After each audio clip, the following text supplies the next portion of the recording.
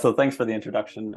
Thank you for your remarks, Governor, and thanks everyone for being here. So I wanted to just quickly run through basically the current state of play. And as kind of Doug mentioned and the Governor mentioned, we set out kind of a very rough roadmap for what we were hoping to, what we kind of set out in terms of a vision and kind of institutional changes for FPAS Mark II. Basically in October of last year. And so we've made a number of, I think, important kind of evolutions to the framework that I think are kind of logical and expected, right? As we put a lot of these initial theoretical ideas in practice, naturally, certain elements would change and certain elements would be refined and improved and so on. So that's kind of the purpose of my talk. So I want to start with kind of a very fundamental question that I think has been the motivation for a lot of the development of FPAS Mark II. The Governor, of course, mentioned the challenges that we've faced as a country over the past 3 years, which I think is, of course, an extraordinary set of challenges. And being able to come out of it on the other side for many of these challenges, while still currently kind of continuing to face many of them, we took the opportunity to pause and ask kind of a very fundamental question, something that I think a lot of us that are kind of very heavily engaged in the day-to-day kind of aspects of monetary policy might sometimes lose sight of, right? And so this fundamental question is, what is the purpose of monetary policy? And ultimately, what is it that we're trying to achieve through our frameworks, through our decisions, and so on? And the way that we tend to think of it, and I would hope that this is actually the way that most people around the world that are really kind of serious about making good policy and improving kind of welfare outcomes for their citizens think about it as well, is the following. So we begin by, of course, very soberly analyzing the risks that our economy is facing. And that requires us kind of dealing with kind of the first two essential ingredients of the forecasting and policy analysis system, which is where is the economy now and what is driving the economy. And through that kind of very sober assessment of these underlying economic conditions and the risks that we're facing, the job of policymakers, of course, is to do basically whatever is necessary to bring inflation back to target and stabilize the economy. At the same time, we recognize, and this is something that's, of course, very near and dear to us as a developing country, but certainly I think is true for many countries as well, is that the essence of good policy is avoiding probably the most dangerous risks and avoiding slides into dark corners, and in particular the dangerous nonlinearities, because it's, of course, in these territories that we can have kind of the worst implications from kind of a public welfare point of view. So this kind of formulation, this way of thinking about monetary policy making, which I think is also, like I mentioned, consistent with a lot of kind of the best practices and the very best kind of FPAS central banks that we see as well, kind of translates over time into this conception of all this as monetary policy as risk management. And so the job or the task at hand really became, what are the opportunities for us to take the existing systems and kind of systematize this idea of risk management within those systems? That kind of thinking also forced us to ask questions about what are the limitations of the existing frameworks, where do they fall short, and how might they help us, right? Of course, we remain kind of very acutely aware of the fact that no framework on its own is going to lead to good policy. We can kind of make as many improvements to frameworks as we want to, but ultimately, the framework itself is simply a vehicle. And so where are kind of some of the issues with these vehicles that might perhaps prevent us from thinking in the right way or fostering our policy discussions in the right way in order to make the best decisions? So the key kind of issues that we found with the frameworks, and these are, I think, issues that many people have been speaking about. First is this kind of idea of the baseline scenario trap. Of course, the baseline scenario has served as kind of a very useful tool in terms of having a central projection to structure our communications around.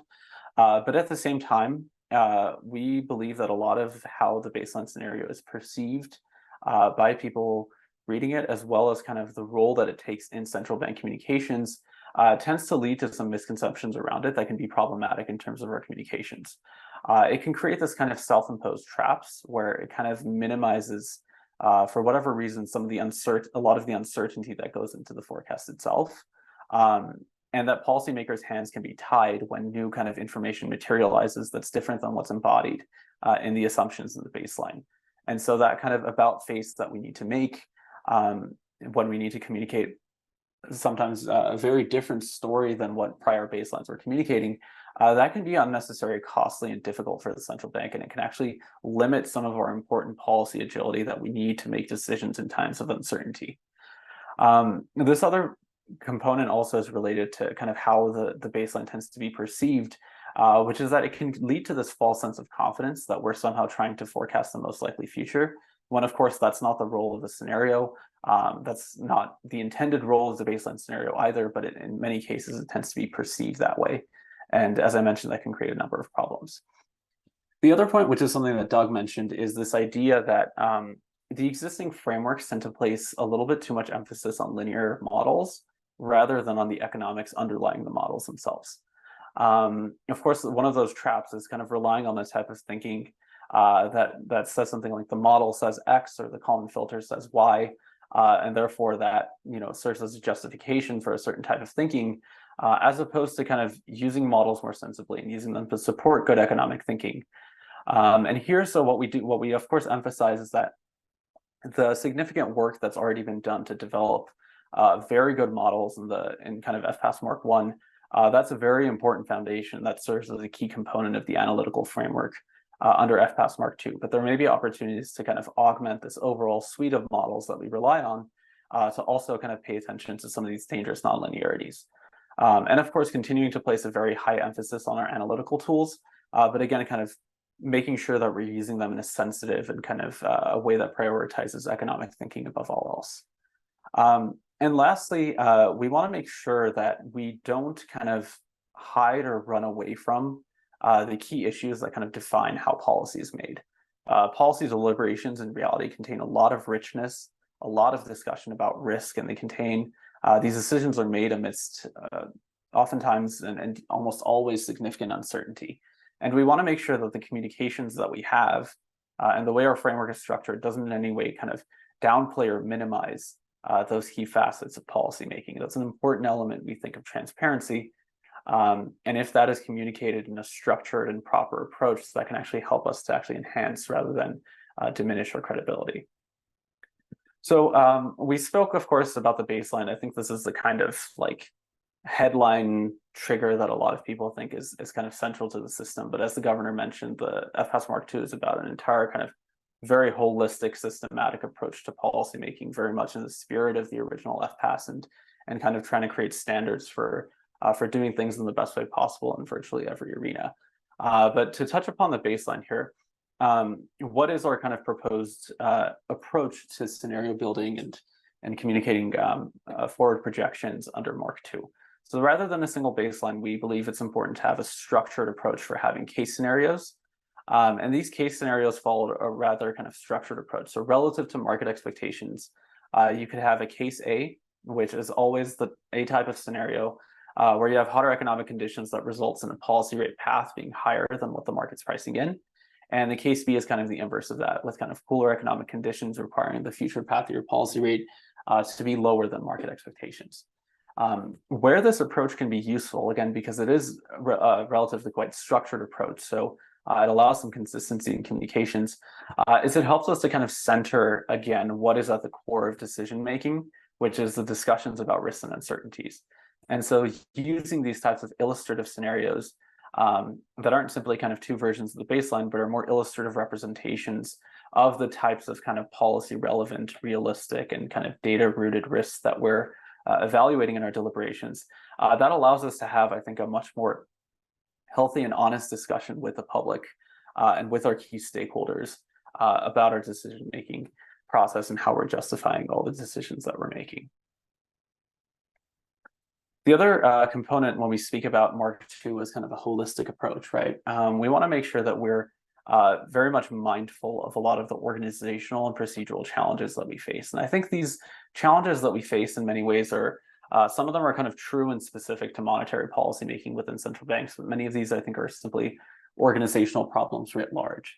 But we've kind of grouped them into two categories. On the one hand, problems related to that are more relevant for decision makers and problems that are relevant for the staff. So from the board's point of view, some of the challenges with the existing kind of Mark 1 approaches is that one, there's perhaps maybe too much emphasis on this kind of consensus around a single baseline.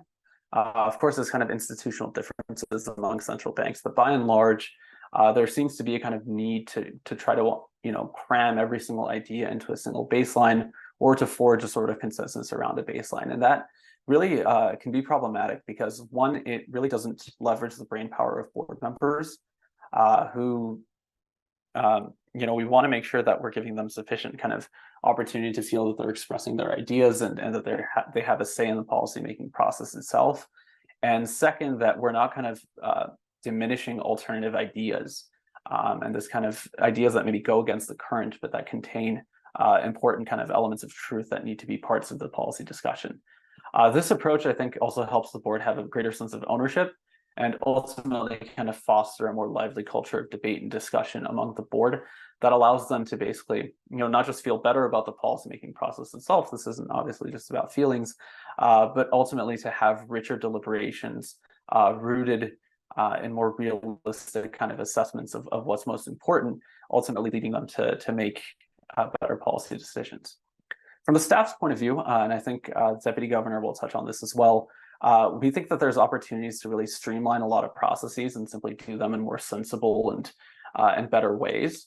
This includes kind of significantly investing in our standards, but the ultimate kind of end goal of all this is one, better work-life balance issues, which would kind of allow us to have more equitable hiring practices as well, which is something that's very important for us. Two, I think we are probably engaged in, without going into hyperbole, I think probably some of the most intensive kind of staff training and development investment that any central bank has probably done. We're kind of very serious about investing in our monetary policy department team to bring them up to kind of the very best in standards and the very best in economic thinking.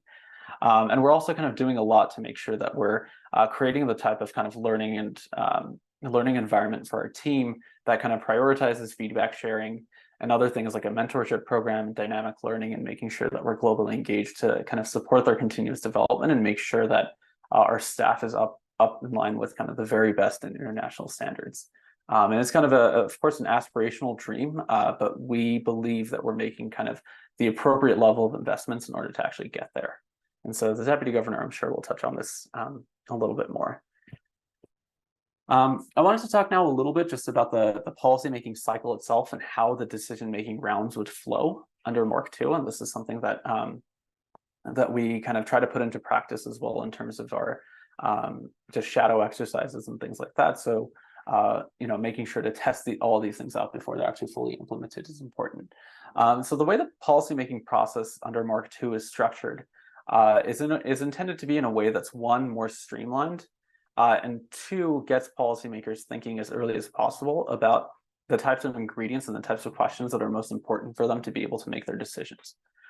So our process begins with the kickoff meeting, where on the one hand, the staff presents a briefing to the board about the current economic situation and the underlying drivers, but we really give the board a lot of room and freedom to have kind of an open brainstorming discussion where they talk about their major concerns and tail risks. After this, we kind of basically break where different people are working on different things, but the board members during this process are primarily focused on this process of creating these initial macroeconomic risk assessments, which are kind of brief one-page bullet points that serve as internal documents that kind of summarize their preferred ingredients for the case A and case B scenarios. So not actually going in and building a quantitative scenario. By no means is that what's happening, but they're simply thinking about the major risks and concerns that they have going into the round and making sure that we're documenting this, because this serves as one kind of an important tool that the staff relies on as it's conducting its analysis, and two, helps guide the policy discussions throughout the round and gets the board members actually really thinking about these things. We have in our kind of human capital model, we allocate 2 members of the team responsible for leading each round to actually work one-on-one with the board members. So the majority of the heavy lifting in terms of writing out these one-pagers, spell checking, all those kind of minor tedious things that take up significant amounts of time, that responsibility falls upon the staff themselves. So the board is really simply focused about thinking. And in the kind of few runs that we've done testing this out with the board, the kind of key takeaway has been that this actually is not very kind of labor resource intensive to get something like this done, but it can be very, very helpful for getting the board members to start thinking about these key ideas. So once those kind of initial one-pagers are presented, the kind of board and the staff meet again around this kind of issues or scenarios meeting, where the kind of board members present their kind of initial risk assessments, and then the staff presents their kind of preferred case A and case B scenarios that they're going to be building out and quantifying over the next couple of weeks. So the staff kind of goes away, locks down these case scenarios, spends the time kind of modeling them out, building out the projections, writing the monetary policy report. And in the meantime, the board is engaged in basically daily, I would say informal coffee chat, lunch, water cooler talk, or even more formal discussions where they're kind of sitting down with one another and having these key discussions around the scenarios. So that takes us to the policy decision and to the external communication. And so that's kind of the summary of the round itself. But this kind of last point about the external communication is, of course, one of the most important things, because we think that this is one area where this is not simply a shortcoming, I think, of FPAS Mark 1 necessarily. We think there's many examples of Mark 1 banks that do a really good job of external communications and following kind of the best standards for transparency. And there are many Mark 1 banks that don't. So this is more, I think, an opportunity for us to say, what are our practices at the Central Bank of Armenia? What can we learn from kind of our peer central banks who we consider to be kind of the gold standard for communication and transparency? And which of these might we hope to implement under Mark 2? And so this page isn't necessarily mapping out an actual concrete plan that we're saying necessarily is going to be implemented. But this is simply mapping out kind of the landscape for what is international best practices. And then based on this, we're going to actually be making decisions on what we think our communication strategy at the Central Bank of Armenia would look like. So this is more kind of an overview of the landscape itself. So in terms of looking at what constitutes best practice, we look at the monetary policy report as the most important kind of communications tool. And consistently across the board, what comes out looking at the best monetary policy reports is that they're streamlined and they're narrative based, and the discussion is ultimately about hammering home kind of the three essential ingredients of the FPAS. Whereas economy now, what are the underlying forces, and how does our policy decision relate back to this, and how is it helping us achieve our objectives? The best monetary policy reports tend to not be kind of information dumps. Eric Leeper calls that kind of filling the bathtub with kind of useless information. And we want to make sure, a good monetary policy report doesn't do that. And then, of course, transparency appendices are very important components. So there's obviously kind of various layers and various types of how transparency is actually implemented from an individual accountability point of view at various different central banks. But what's clear is that there is an element of individual accountability, and that striving to have the very highest standards in transparency is going to have to be a very important part of the framework. In terms of kind of verbal communications, the press conferences serve an important tool, as well as kind of technical briefings. We found that many central banks follow this practice and can be very helpful to allow to get into kind of more technically oriented discussions with audiences that are kind of capable of or interested in kind of receiving that level of interaction. Data and model documentation. We find a lot of central banks also publish kind of daily or weekly updated data and chart packs and provide full open source model documentation. These are kind of important aspirational things to be thinking about as well. And then the final component, I think, is when in thinking about FPAS Mark 2 as kind of a holistic process. Of course, that's about the monetary policy department of the Central Bank of Armenia. But I think any opportunity that we can get to use the implementation of FPAS Mark 2 to improve society-wide economic literacy, I think we should take that opportunity. That would only serve to benefit us in the long run, to benefit the country at large as well. And so these could include things like trainings.